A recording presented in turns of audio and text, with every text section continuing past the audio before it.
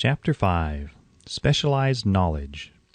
Personal Experiences or Observations. The fourth step toward riches.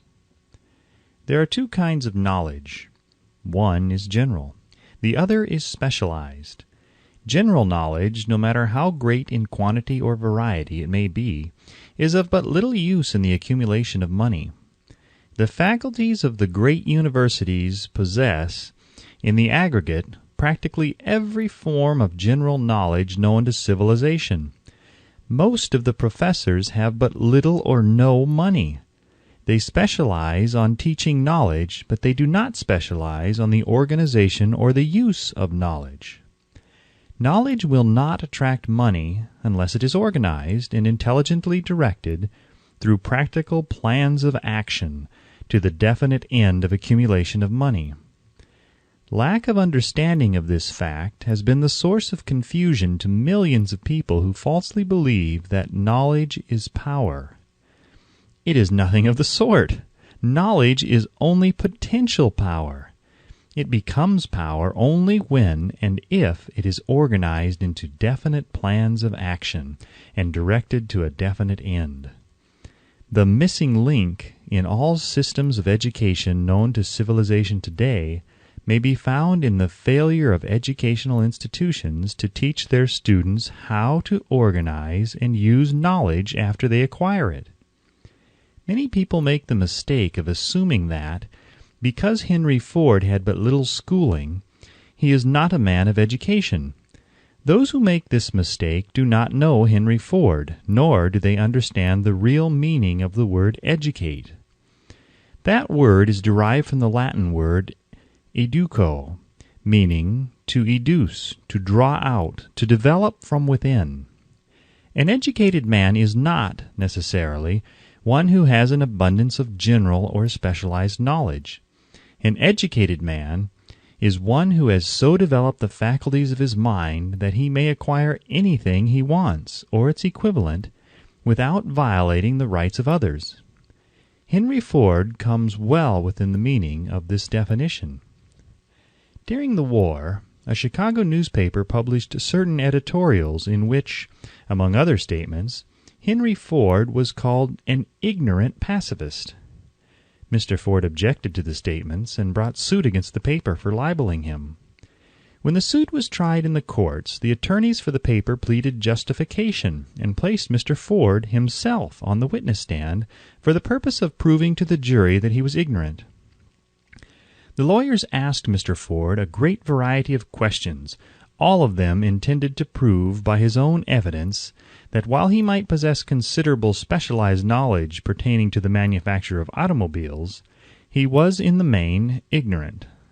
Mr. Ford was plied with such questions as the following. Who is Benedict Arnold, and how many soldiers did the British send over to America to put down the rebellion of 1776? In the answer to the last question, Mr. Ford replied, I do not know the exact number of soldiers the British sent over, but I have heard that it was a considerably larger number than ever went back.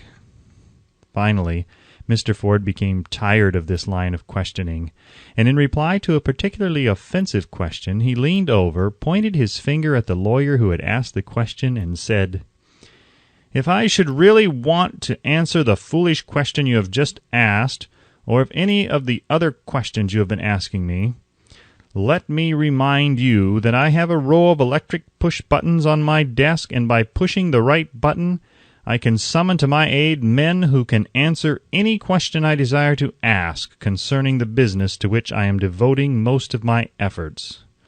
Now, will you kindly tell me why I should clutter up my mind with general knowledge for the purpose of being able to answer questions when I have men around me who can supply any knowledge I require? There certainly was good logic to that reply. That answer floored the lawyer. Every person in the courtroom realized it was the answer, not of an ignorant man, but of a man of education. Any man is educated who knows where to get knowledge when he needs it, and how to organize that knowledge into definite plans of action. Through the assistance of his mastermind group, Henry Ford had at his command all the specialized knowledge he needed to enable him to become one of the wealthiest men in America. It was not essential that he have this knowledge in his own mind. Surely no person who has sufficient inclination and intelligence to read a book of this nature can possibly miss the significance of this illustration. Before you can be sure of your ability to transmute desire into its monetary equivalent, you will require specialized knowledge of the service, merchandise, or profession which you intend to offer in return for fortune. Perhaps you may need much more specialized knowledge than you have the ability or the inclination to acquire, and if this should be true, you may bridge your weakness through the aid of your mastermind group.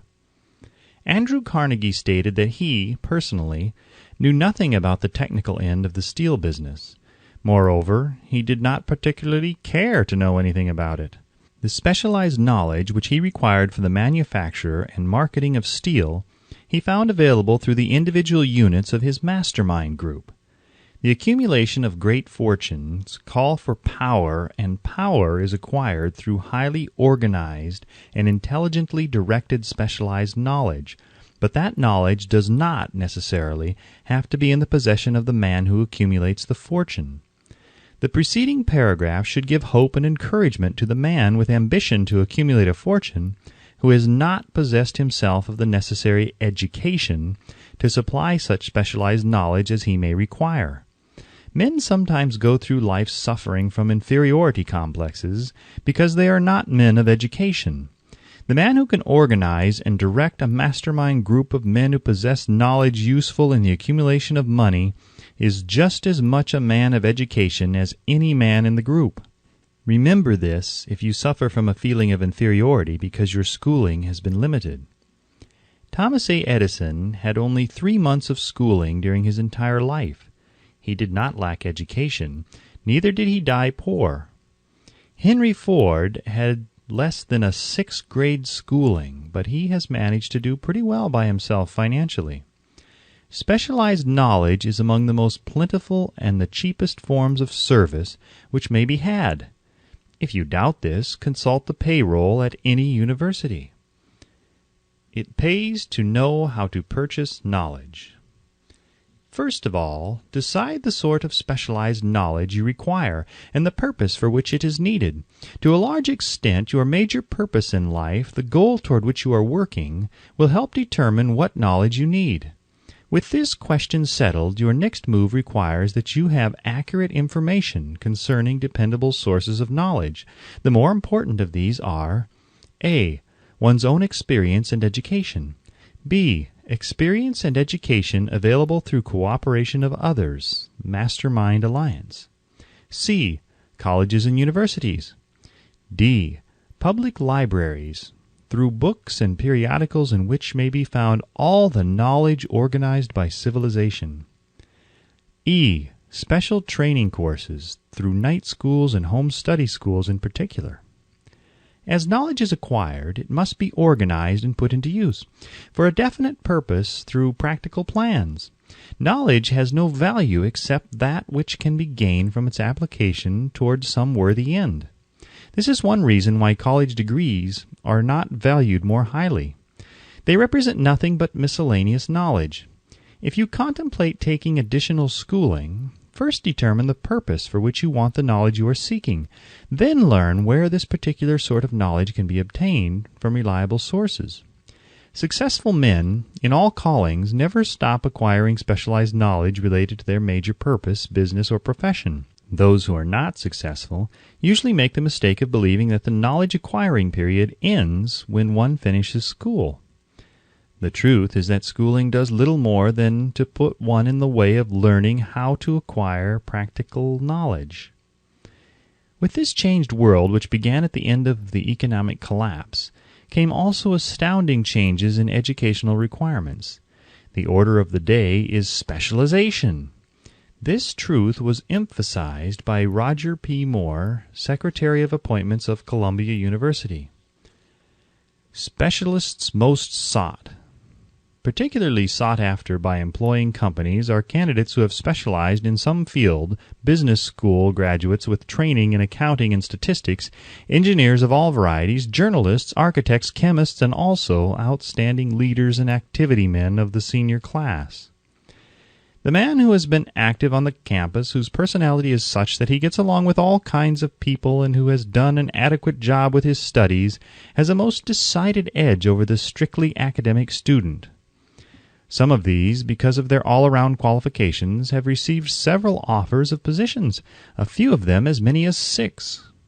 In departing from the conception that the straight-A student was invariably the one to get the choice of the better jobs, Mr. Moore said that most companies look not only to academic records but to activity reports and personalities of the students. One of the largest industrial companies, the leader in its field, in writing to Mr. Moore concerning prospective seniors at the college, said, "We are interested primarily in finding men who can make exceptional progress in management work. For this reason we emphasize qualities of character, intelligence, and personality far more than specific educational background." Apprenticeship proposed. Proposing a system of apprenticing students in offices, stores, and industrial occupations during the summer vacation, Mr. Moore asserts that after the first 2 or 3 years of college, every student should be asked to choose a definite future course and to call a halt if he has been merely pleasantly drifting without purpose through an unspecialized academic curriculum. Colleges and universities must face the practical consideration that all professions and occupations now demand specialists, he said, urging that educational institutions accept more direct responsibility for vocational guidance. One of the most reliable and practical sources of knowledge available to those who need specialized schooling is the night schools operated in most large cities. The correspondence schools give specialized training anywhere the U.S. mails go, on all subjects that can be taught by the extension method. One advantage of home study training is the flexibility of the study program, which permits one to study during spare time. Another stupendous advantage of home study training, if the school is carefully chosen, is the fact that most courses offered by home study schools carry with them generous privileges of consultation, which can be of priceless value to those needing specialized knowledge. No matter where you live, you can share the benefits. Anything acquired without effort and without cost is generally unappreciated, often discredited. Perhaps this is why we get so little from our marvelous opportunity in public schools. The self-discipline one receives from a definite program of specialized study makes up to some extent for the wasted opportunity when knowledge was available without cost. Correspondence schools are highly organized business institutions. Their tuition fees are so low that they are forced to insist upon prompt payments. Being asked to pay, whether the student makes good grades or poor, has the effect of causing one to follow through with the course when he would otherwise drop it. The correspondence schools have not stressed this point sufficiently, for the truth is that their collection departments constitute the very finest sort of training on decision, promptness, action, and the habit of finishing that which one begins. I learned this from experience more than 25 years ago. I enrolled for a home study course in advertising. After completing 8 or 10 lessons, I stopped studying, but the school did not stop sending me bills. Moreover, it insisted upon payment whether I kept up my studies or not. I decided that if I had to pay for the course, which I had legally obligated myself to do, I should complete the lessons and get my money's worth. I felt at the time that the collection system of the school was somewhat too well organized, but I learned later in life that it was a valuable part of my training for which no charge had been made. Being forced to pay, I went ahead and completed the course. Later in life, I discovered that the efficient collection system of that school had been worth much in the form of money earned, because of the training in advertising I had so reluctantly taken. We have in this country what is said to be the greatest public school system in the world.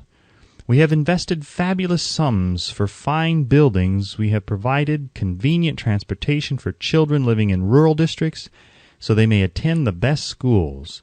But there is one astounding weakness to this marvelous system. It is free. One of the strange things about human beings is that they value only that which has a price. The free schools of America and the free public libraries do not impress people because they are free. This is the major reason why so many people find it necessary to acquire additional training after they quit school and go to work. It is also one of the major reasons why employers give greater consideration to employees who take home study courses. They have learned from experience that any person who has the ambition to give up a part of his spare time to studying at home has in him those qualities which make for leadership. This recognition is not a charitable gesture. It is sound business judgment upon the part of the employers. There is one weakness in people for which there is no remedy. It is the universal weakness of lack of ambition. Persons, especially salaried people, who schedule their spare time to provide for home study seldom remain at the bottom very long. Their action opens the way for the upward climb, removes many obstacles from their path, and gains the friendly interest of those who have the power to put them in the way of opportunity. The home study method of training is especially suited to the needs of employed people who find, after leaving school, that they must acquire additional specialized knowledge but cannot spare the time to go back to school. The changed economic conditions prevailing since the Depression have made it necessary for thousands of people to find additional or new sources of income. For the majority of these, the solution to their problem may be found only by acquiring specialized knowledge. Many will be forced to change their occupations entirely. When a merchant finds that a certain line of merchandise is not selling, he usually supplants it with another that is in demand. The person whose business is that of marketing personal services must also be an efficient merchant. If his services do not bring adequate returns in one occupation, he must change to another, where broader opportunities are available. Stuart Austin Weir prepared himself as a construction engineer and followed this line of work until the Depression limited his market to where it did not give him the income he required. He took inventory of himself, decided to change his profession to law, went back to school, and took special courses by which he prepared himself as a corporation lawyer. Despite the fact that the Depression had not ended, he completed his training, passed the bar examination, and quickly built a lucrative law practice in Dallas, Texas. In fact, he is turning away clients.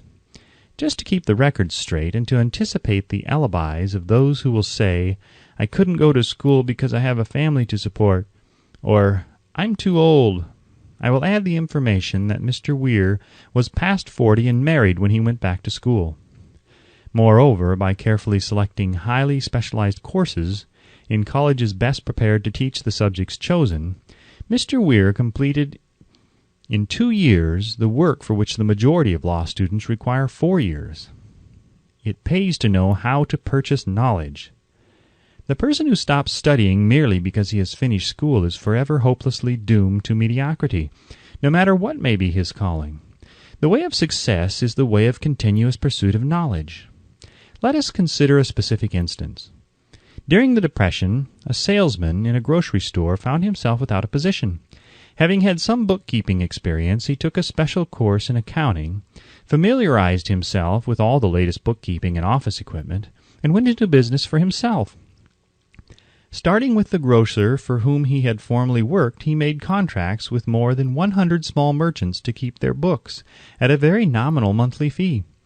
His idea was so practical that he soon found it necessary to set up a portable office in a light delivery truck, which he equipped with modern bookkeeping machinery.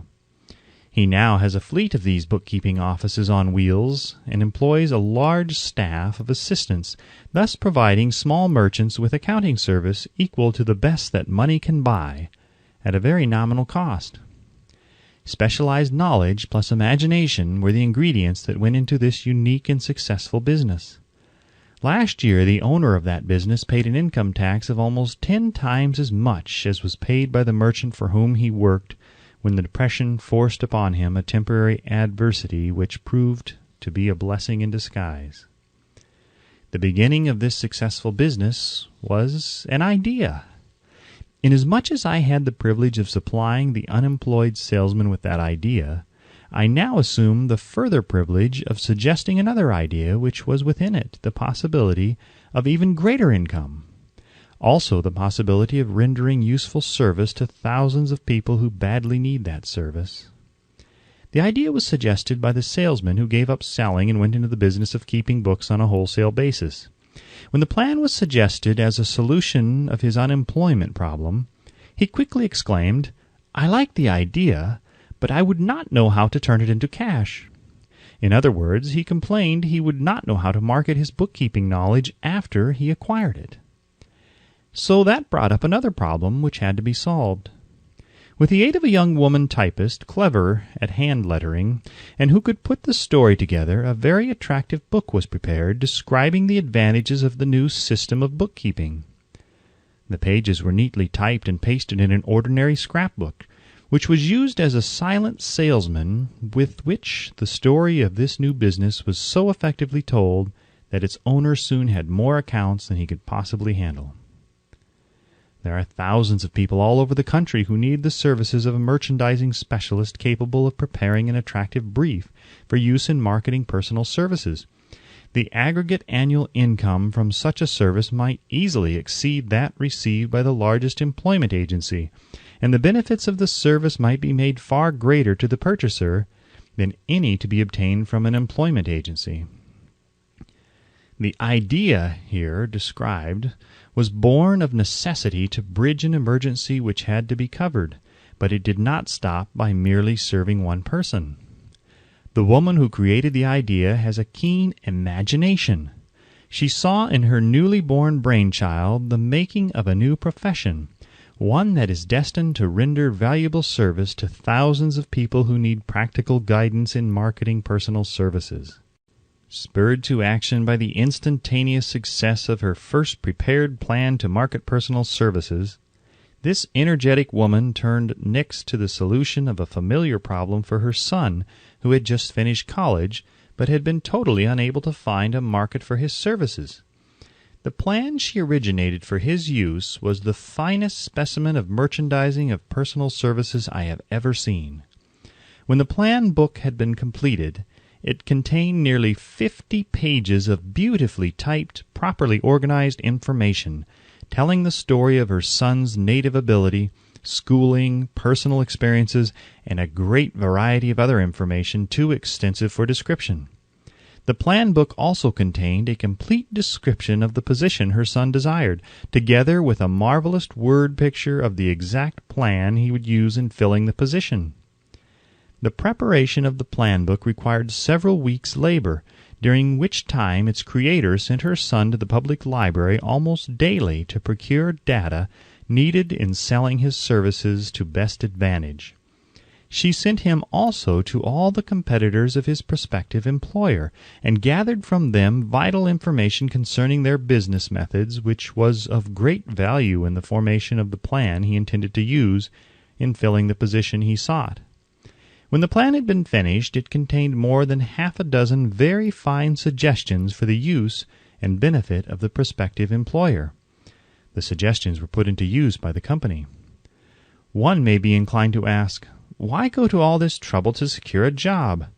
The answer is straight to the point. Also, it is dramatic, because it deals with a subject which assumes the proportion of a tragedy with millions of men and women whose sole source of income is personal services.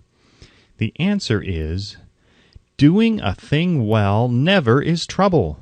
The plan, prepared by this woman for the benefit of her son, helped him get the job for which he applied at the first interview at a salary fixed by himself. Moreover, and this too is important, the position did not require the young man to start at the bottom. He began as a junior executive at an executive's salary. Why go to all this trouble, do you ask? Well, for one thing, the planned presentation of this young man's application for a position clipped off no less than 10 years of time he would have required to get to where he began, had he started at the bottom and worked his way up. The idea of starting at the bottom and working one's way up may appear to be sound, but the major objection to it is this: too many of those who begin at the bottom never manage to lift their heads high enough to be seen by opportunity, so they remain at the bottom. It should be remembered also that the outlook from the bottom is not very bright or encouraging. It has a tendency to kill off ambition. We call it getting into a rut, which means that we accept our fate because we form the habit of daily routine, a habit that finally becomes so strong we cease to try to throw it off. And that is another reason why it pays to start 1 or 2 steps above the bottom. By so doing, one forms the habit of looking around, of observing how others get ahead, of seeing opportunity, and of embracing it without hesitation. Dan Halpin is a splendid example of what I mean. During his college days, he was manager of the famous 1930 National Championship Notre Dame football team when it was under the direction of the late Knute Rockne. Perhaps he was inspired by the great football coach to aim high and not mistake temporary defeat for failure, just as Andrew Carnegie, the great industrial leader, inspired his young business lieutenants to set high goals for themselves. At any rate, young Halpin finished college at a mighty unfavorable time, when the Depression had made jobs scarce, so, after a fling at investment banking and motion pictures, he took the first opening with a potential future he could find: selling electrical hearing aids on a commission basis. Anyone could start in that sort of job, and Halpin knew it.